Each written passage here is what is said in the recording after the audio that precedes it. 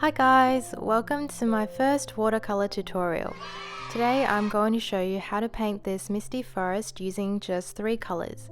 Let's talk about the supplies that you'll need. So I'm using Arches watercolor paper. It is 100% cotton cold pressed. I highly recommend that you use 100% cotton paper as this will make a huge difference to the outcome of your painting. We'll be using a lot of layering in the paintings, so you need good quality paper that can withstand multiple layers of water. The paper has just been cut in half, as you can see. And for paints, I'm using the Winsor Newton 45 half pans, but we'll only need 3 of the colors today. The 3 colors are cerulean blue, indigo, and Payne's grey. The indigo I'm using actually came from the tube and I filled it into the pan, which has now dried out, so you can use either paint from a tube or from a pan. You'll also need 2 jars of water, one for cleaning your brushes in and one for clean water to dilute your paints, then a cloth, a tea towel or a paper towel, and I also recommend a hairdryer for convenience and to speed up parts of the painting. These are the 3 brushes I'm using, although I'll mainly only be using 2 of them for the painting. Now I'm just using regular masking tape to tape the painting down to my desk. You can also use washi tape, that also works as well. I'm going to start by activating the colors by just putting a drop of water in each of the 3 pans, and then I'm going to mix the color of the sky, which is just cerulean blue mixed with a touch of indigo. And because the sky is quite light, I'm going to dilute it with water so that it's a lot lighter, and I'll have the reference photo linked in the description so you can refer to that as well during the painting. Once you finish mixing the color, you can set this brush aside and then pick up your larger brush and use that brush and soak it through with water, and then we're going to cover the page in a thin layer of water, and we're only going to need to cover about half of the page. So we're just covering the portion where the sky is, and you just want to put a very thin layer of water. You don't want it to be soaking wet, but you do want it to be covered in water, and I'll show you from a different angle so you can see what the paper kind of looks like. So it's glistening with water, and once you've done that, then you can go back to the first brush with the paint on it. And before, I was just taking out a bit of the moisture on my tea towel by just pressing the belly of the brush against it. So now we can start putting this color into the sky, and we're essentially painting around the clouds because we want to preserve the white of the paper as the clouds, so we're just painting in the blue areas. And because the paper is wet, we want to try and make sure that the paint on our brush isn't also very wet, which is why I was taking out a bit of the water from the brush before, because if you have too much water in your brush and you put it onto the wet paper, then the paint will start to bleed on the paper and it can start to look a little bit messy. So I just kind of tap around the paper, and I'm just being conscious of the amount of water in my brush, and again I'm taking off some of the moisture if I feel like there's too much. Especially up the top left corner, the sky is a lot lighter, so I try to lighten the paint by adding more water, but I also take out some of the water so that it's not too watery. I'm working relatively quickly while the paper is still wet so I can get really smooth edges. And once I finish putting in the first layer, then I'll go in with a bit more indigo to darken the paint a bit and just drop in a few more darker bits down the bottom just so it has a bit more depth in it. And it's important that you're doing this while the paper is still wet, so you're working wet on wet and you'll have really soft edges. One last thing that I'm conscious of is that watercolor dries a lot lighter, so I just make sure to go a little bit darker than what I need. Once we're finished with the sky, we can mix the color for the forest, and I'm just using indigo mixed with Payne's grey. Then I'm going to use a hairdryer to dry the first layer since we're done with it, and we don't want the second layer to muddy with the first layer. Then using the round brush, I'm going to place in water where I want the first line of the trees to be, And for the first, we're going to work in sections. So this is the first section, so I'm just placing water for the first section. Then I'm going to use a smaller round brush, and for the rest of the painting I'll only be using these two brushes. So I'll have the smaller one where I use it to paint in the trees. Then I'll use the larger brush to blend out the areas at the bottom to give it the misty effect. So with this larger brush I have just a tiny bit of water on it, so it's a clean brush with a tiny bit of water, so it's just a little bit damp, so I can go in at the bottom of the paint and just smooth out the edges. You don't want the brush to have too much water on it, otherwise the water will make the paint you've put down start to bleed, which we don't want. So again, I go in with the smaller brush and I paint in the trees, and then as the paint reaches the part where there's water on the paper, it should start to bleed naturally and create a misty look. But I'll also use the help of the other brush to come in and just smooth it out even more by just using a little bit of water to make the paint on the paper bleed. I make sure to be very gentle when I do this, and I'm just using the very tip of the brush and I'm touching the very bottom of the paint just to make it bleed out a little bit more. Then I'll go in with the brush, the smaller one with the paint on it, and just drop in a few more branches here and there so that it starts to blend together naturally. And the rest of the painting is just a lot of going back and forth between the two brushes and just trying to get it to look as misty as possible. So as you can see, even though I pre-wet this first section with water before I started, I still needed to add more water as I went because I was working a little bit slowly, so the paper started to dry as I moved my way across. So I need to keep wetting the paper where I'm about to paint. And secondly, I think because the weather is starting to get a little bit warmer here, so I noticed the paper was drying a lot faster as well. So depending on what kind of location and environment you're painting in, whether you need to add more water as you go depends on how dry or wet your paper is, and also depends on how quickly you work as well. You can also see that I start each stroke at a point that is above where I put in the water, so that way the top of the trees are very clear, so the lines are very clear and not fuzzy in any way because there's no water there. And then as I work down, it starts to bleed and grow fuzzy. So you want to start the tree somewhere just above where the water is. Otherwise the whole tree will look fuzzy, which we don't necessarily want. We want the top to look more clear and we want the body of the tree to be more blurry so that it looks like mist.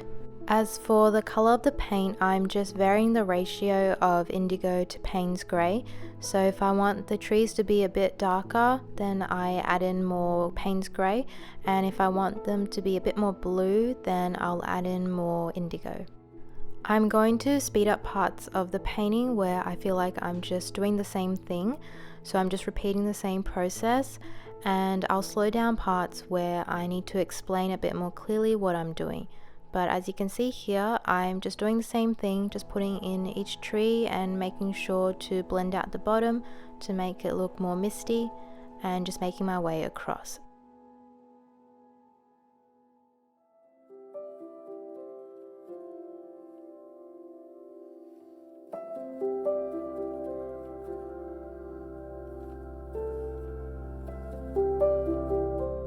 After I finish this first section, I use a hairdryer to dry it so that it is essentially sealed in, so that with the next layer of paint, it's not going to affect the previous layer we just put down.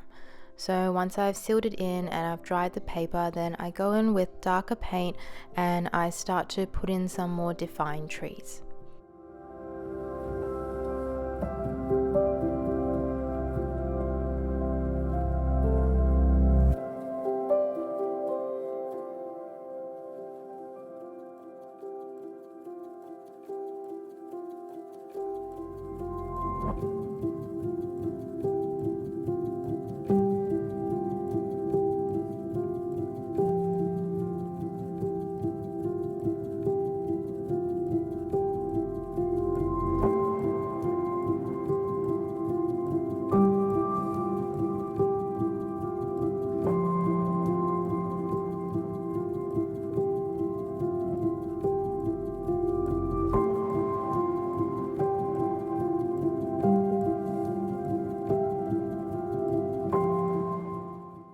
When I want an area to have the mist effect before I paint on the trees, I will use the brush with clean water and just wet the section, and then I will work in the paint to that so that it gives it the misty effect. But when I don't want it to be blurry, then I won't put any water down, and maybe I'll only blur out the bottom edges. So depending on what kind of effect I want, I will decide whether or not I will need to put down a layer of water first. And I just work in these really small sections, mostly because even if I fill in a large area of the paper with water, I can't work fast enough. So I just go slowly and I work section by section. Once I finish with a section, it's also very important that I let it dry, or I use a hairdryer to dry that section completely before I start on the next section on top of it. So I use layering to my advantage. So when you see my hand on the paper like this, it usually means I am blow drying the area. So you can see once that area is dried completely, then I can go in with a second layer and I can paint in some darker trees, and I can also intensify the colors on top.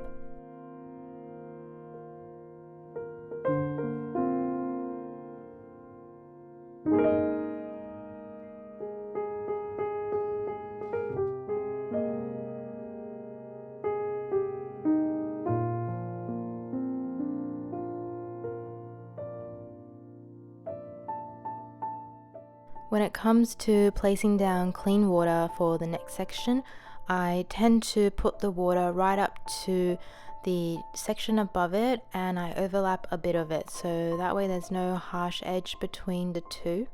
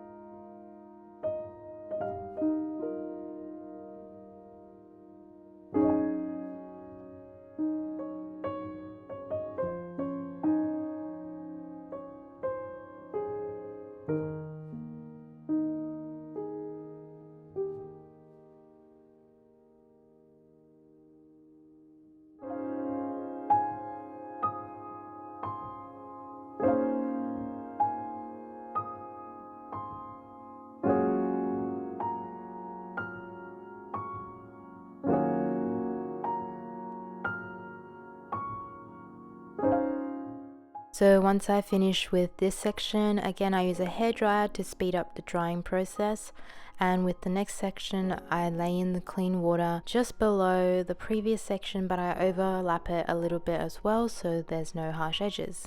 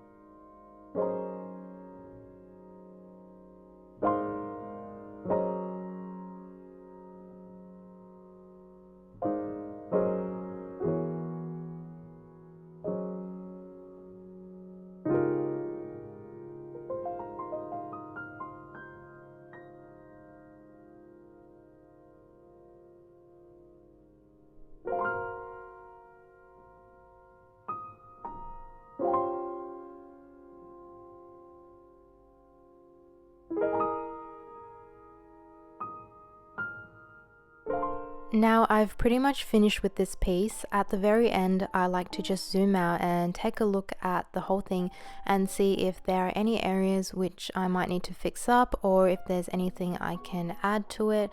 So I just look at it and see where I can add in maybe a bit more trees or just cover up some areas. So that's all I'm really doing at the end. I'm just doing some finishing touches, but that is pretty much it for the tutorial.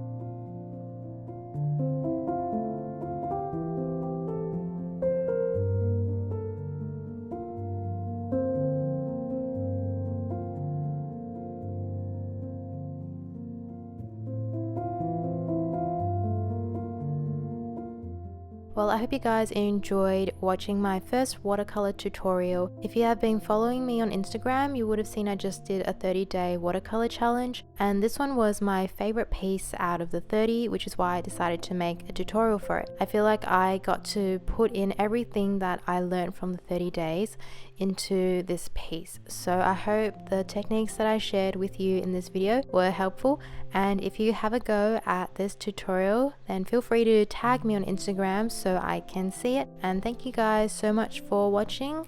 Hope you enjoy the rest of this video, and I'll see you in my next one. Bye bye.